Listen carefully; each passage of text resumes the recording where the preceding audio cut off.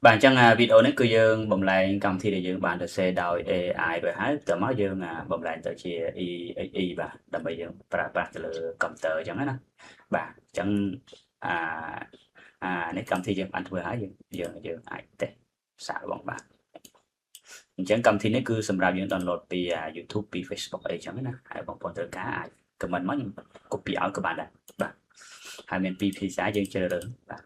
បាទអញ្ចឹងយើងដើម្បីបំលែងកម្មវិធីនេះទៅជា EE បាទអញ្ចឹងខ្ញុំមាន script បាទ copy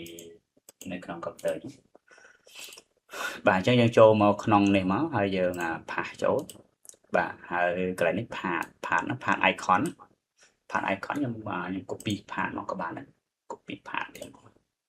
បាទផាសលើវាបាទអញ្ចឹងខ្ញុំ save ហ្នឹង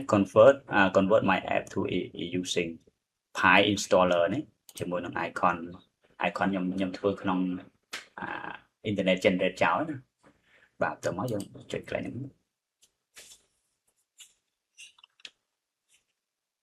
បាទអញ្ចឹងយើងធ្វើការរងចាំតិចណា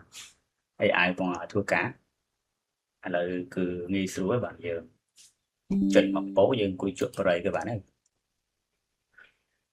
វាដូចពីមុនយើងសេដល់ដៃផ្ទាល់ឥឡូវយើងប្រើ AI ដើម្បីឲ្យជាជំនួយការរបស់យើងណាបាទអង្គុយចុច accept ក្នុងករណីមានបញ្ហាអី AI នឹងប្រាប់យើងបាទហើយយើង follow តាមគេទៅបាទវារៀងដើរយឺតតិចដោយសារអ៊ីនធឺណិតបើយើងរៀងយឺតចឹងខ្ញុំសុំខាតវីដេអូនេះដើម្បីកុំឲ្យខាតពេល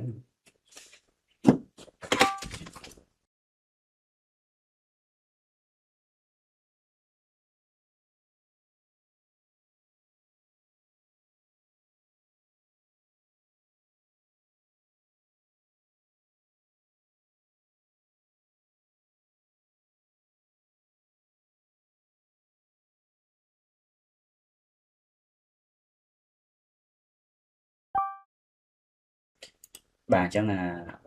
AI បាន save រួចហើយយើងចាប់តាមតេស្តសាកមើលតើកម្មវិធីរបស់យើងបានដំណើរការអញ្ចឹងខ្ញុំចូលមកកាន់ folder នេះយើងយក like this នេះបាទនេះកម្មវិធីបាទយើង copy ដាក់កន្លែងណាក៏បានដែរហើយចុចប្រើសាកមើលសិនបាទនេះចេញមកហើយបាទអញ្ចឹងយើងចូលទៅ browser យើង download វីដេអូមួយសិនមក copy ពីកន្លែងនេះក៏បានដែរយើង download ពី YouTube ពី Facebook ពីបើ YouTube បើ player list យើង playlist គឺយើងអាច download playlist នេះឬក៏មក profile របស់ TikTok ចឹងណាបាទចូលមកកាន់ folder មកបាទមកចុចលើវាពីរដងមកហើយរងចាំតិចបាទនេះចេញមកហើយបាទហើយក៏ paste វាចាំបាទអញ្ចឹងយើងចុចswitch កន្លែងនេះ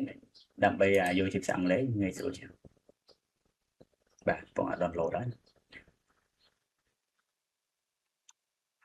បាទ download success ហ្នឹងបាទតែយើងចូលទៅមើល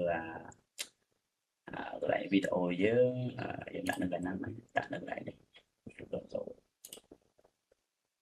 ចូលកន្លែង download នេះdownload សំទើបចូលមកកន្លែង download នេះបាទនេះដាក់